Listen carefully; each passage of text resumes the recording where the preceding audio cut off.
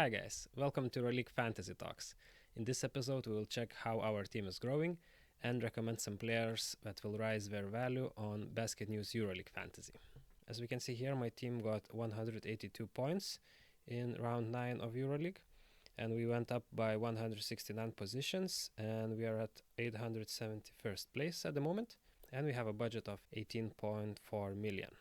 And when we go to the main league and sort all the teams by budget size, we can see here that our team is in the number 1 with the highest budget in the whole BasketNews Fantasy. By fantasy points, we're 871st, so let's see how much we can rise the budget through the whole season. And let's see which our players increase the value the most in round 9. As we saw, my team did pretty well in the last round with 182 points. And Yusufafall, even if he got 5.4 fantasy points due to 3 early fouls in the first quarter, and then throughout the whole game he didn't play much and didn't get much fantasy points, but he still increased his value by 100k. Then Kostas Mitoglu, he got 33 fantasy points. Of course, that helped to increase his budget even more, and he got us 300k. Chima Moneke, he was our captain, and with his 77 fantasy points, which is double from the captain bonus, otherwise it would be 33.5 fantasy points. He got us 290k. From Facundo Campazzo, with a below average game for his standards, he still got 40k, but that shows that he is approaching his optimal price, and therefore we will consider selling him. Isaiah Kanan got 172k for us with almost 20 fantasy points. Luvo Kaboro had a good game and got us 150k. Joel Bolomboy is also approaching his optimal price, and he got us only 40k, same as Facundo Campazzo. Nigel Hayes-Davis, he got us 120k, which is great. Carson Edwards, he had a good stats for price increase before round 9, and even if he got less than 1 fantasy points, he still got us 123k. And Milos Teodosic, he did very well and got us 214k to our budget. Let's now do trades for round 10 to increase our budget even more. So as everyone has only 3 trades, we have to optimize them and trade out the players that has the worst potential to increase their price or even has a tendency to reduce their price. Therefore, we will start by cutting out Facundo Campazzo. And that is because Facundo needs to get at least 14 PAR for his price not to drop, which is entirely possible for him to get 14 PAR, but then it makes it harder for Facu to raise his price, unless he would have another monster performance, which we know that he can do. So if you're chasing points and not necessarily the budget, I would recommend for you to actually keep Facundo Campazzo. I'm trading him just because I want to grow my budget even more.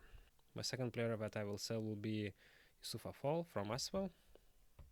Yusufa needs to get at least 9 PAR in his price not to drop, and he's one of the players that have the worst stats for us at the moment for price increasing.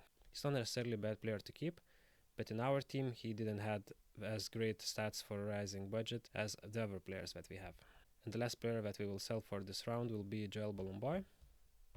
Bolomboy didn't have too crazy stats in his last games, and that sets him to a point that he needs to get 12 PAR for his price not to drop. All the remaining players are better than him, therefore we trade him out and look for someone better. And what we get instead, first player that we will get will be Mustafa Fall. It might be not the best time for picking Mustafa Fall for the fantasy points wise, because Milutinov should be coming back from the injury and Mustafa Fall should get his minutes reduced once again. But we are picking him not for fantasy points necessarily, because even if he will get 0 PAR, he will still rise his price, and that's the reason we are picking him. And of course he still has potential to bring us some fantasy points. As our second center, we are picking another player, and it is Walter Tavares from Real Madrid. Tavares has very good stats for rising his price, and of course a good chance for great performance against Alba Berlin.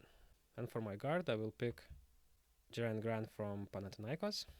Grant doesn't have as high numbers for raising budget as Carson Edwards, who has higher number for that, but his numbers are still good for growing budget, and his performances are much more reliable and stable than Carson Edwards, for example, who can also go minus. And the reason for that is because I don't want to take someone that I might need to sell immediately for the next round. So I try to take someone more stable that we can keep for at least 2 or more rounds, so that he can continue rising his price for more rounds. I will go with Tavares as my captain. Another picks that I can recommend for you guys to grow your budget is anyone in our team. Well, except Chima Moneke, because when it comes to numbers, if he would score 0 PAR, his price would drop. But the thing is that, we expect another crazy performance from him, and that's the reason we are keeping him. So as we don't expect a zero from him, and therefore his price should continue to grow, especially if he continues to provide such performances. And then other players that I can recommend to grow their budget, in center position it's still Alexander Bolcharovsky from Panathinaikos, same as last video, because his price is 703k, as his numbers are still showing that he should still rise in price. For forward, I recommend Nicola Melli from Milan for 618k, as numbers are showing that he should rise his price. And one of the best guards to pick for the next round only, Cody Miller-McIntyre from Baskonia for 879k. Even if he would score 0 points, his price should still increase and raise your budget. So let me know in the comments how much you were able to rise your budget and where are you ranking at the moment. That's all, guys. Please consider liking the video and subscribing to the channel. Thanks for watching and see you on the next one.